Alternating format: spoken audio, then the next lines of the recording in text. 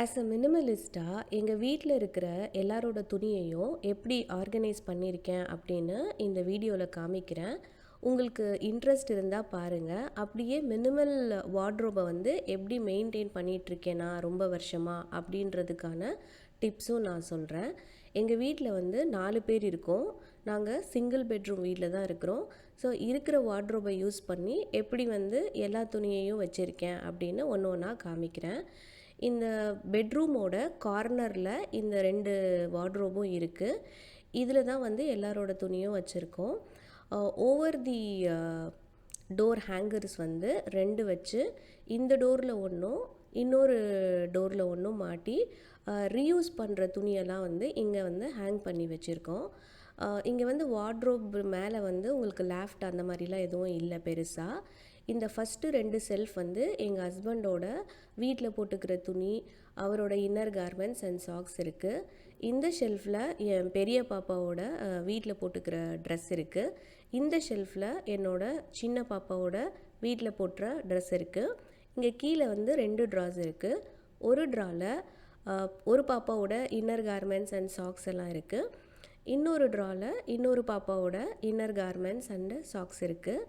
இதுக்கு கீழே இருக்கிற ஒரு பேஸ்கெட்டில் பாப்பாங்களோட ஸ்விம்மிங் ட்ரெஸ் எல்லாம் வச்சுருக்கேன். அதுக்கு பக்கத்தில் ஒரு பேக் அண்டு ஒரு மிஸ்லேனியஸ் பாக்ஸ் இருக்குது.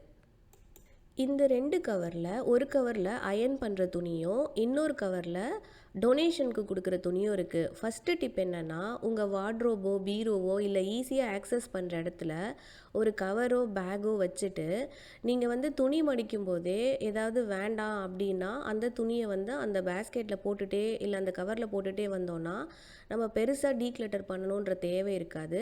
இங்கே மேலே இருக்கிற ராடில் ஒரு ஹாஃப் வந்து என்னோட வெளியில் போட்டுக்கிற ட்ரெஸ்ஸும் இன்னொரு ஹாஃபில் வந்து எங்கள் ஹஸ்பண்டோட ஃபார்மல் ட்ரெஸ்ஸஸும் வச்சுருக்கேன்.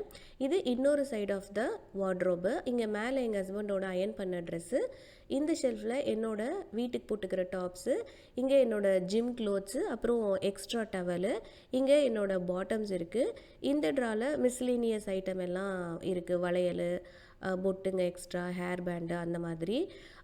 அதுக்கு கீழே இருக்கிற ட்ராவில் என்னோட இன்னர் கார்மெண்ட்ஸு, அப்புறம் ஃபேஸ் டவல் அந்த மாதிரி ஐட்டம்ஸ் இருக்குது. கீழே இருக்கிற பேஸ்கெட்டில் வந்து பெட்டில் போட்டது இல்லாமல் இன்னொரு செட்டு எக்ஸ்ட்ராவாக பெட்ஷீட்டு தலகாணியோரை மடித்து வச்சுருக்கேன்.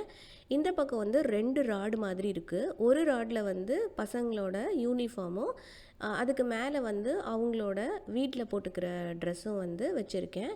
இது போக நான் இந்தியாவிலேருந்து வரும்போது 2 saree மட்டும் எடுத்துகிட்டு வந்திருந்தேன். அது ஒரு சூட் கேஸில் போட்டு மேலே வச்சுருக்கேன். இவ்வளோ தான் என்கிட்ட இருக்கிற எங்கள் வீட்டில் இருக்கிற மொத்த துணிங்களே. இப்படி தான் வந்து நாங்கள் இருக்கிற ஸ்பேஸில் ஆர்கனைஸ் பண்ணியிருக்கோம்.